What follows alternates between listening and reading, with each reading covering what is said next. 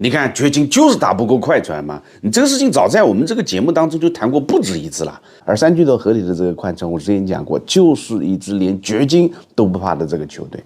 有次我在我们白话 NBA 会员群聊的时候呢，我就讲过，目前我看这个勇士呢差这个掘金一口气，湖人呢差这个掘金的2口气，有点相克嘛，两个球队。整个联盟也就这个快船可以跟掘金呢掰手腕，这个还是1月份讲的呢。你现在经过磨合之后的这个快船，你不光是掰手腕了，你在这组对抗当中，他已经占到了绝对的这个优势了。今年的这支掘金呢，我们快船球迷群呢就无数次就讲到一个问题，他们都意识到一个严重的问题了，就替补太渣。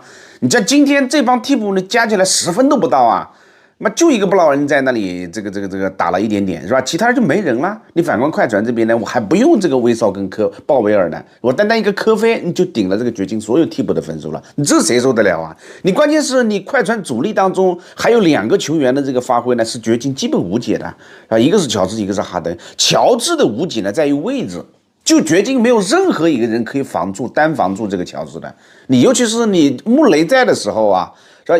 乔治历来就是穆雷的这个克星啊。你在快船还是那个里弗斯那个年代，大家还有印象吗？里弗斯就是乔治，基本上就见掘金一次打一次的，心理优势巨大。另外，你还有一个打掘金专家呢，就是哈登啊。哈登对这个掘金的这个拿捏优势是在火箭的时候就建立了，老火箭球迷最清楚了啊，应该就知道这个哈登老火箭时期当年怎么是见这个掘金一次 K 一次的。所以说哈登现在哪怕你得分水平不爆炸了，一打掘金还是来劲儿，不管有没有穆雷呢，都是20加起步。你关键是你今天快船还没有上小卡的，你但凡健康的这个小卡咔在一上，是吧？你掘金基本上就连这个首发优势都很难建立了。他这一来的话，你到时候注意看啊，波普以及戈登2个人那个数据立马下降，10分都不会到。乔治的防守就好，再来个小卡，2个锋线大锁，啪这么一锁的话，戈登波普你去扑腾吗？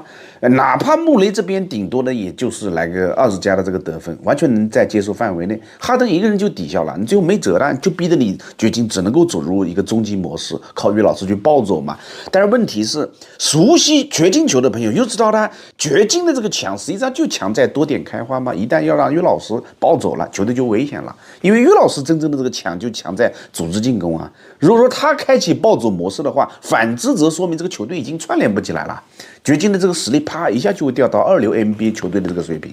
你去年打季后赛是吧？你掘金前面几轮球怎么输的？就是有几场球怎么输的，都是大家都有印象吗？输森林狼的1场，输这个太阳好像是2场，无一例外都是岳老师暴走的球啊，30、40、50就是这种球嘛。所以说你这快船打掘金呢，其实还不全是说什么掘金自身今年替补有下降的这个问题。你遇上快船这样的话呢，还存在一个球风跟配置相克的问题嘛。快船我还是那个观点啊，那能挡住快船前路的，我认为目前只有一个最大的敌人啊，那就是伤病啊。只要健康啊，快船谁都不怕。今天就简单聊这么多。那另外我们白话 NBA 会员粉丝群的话呢，已经成立了，同时我们还成立了快船、湖人、勇士、太阳4个分群，欢迎大家呢通过我的私信呢来申请加入，到时候我们在会员群里面聊球聊人生。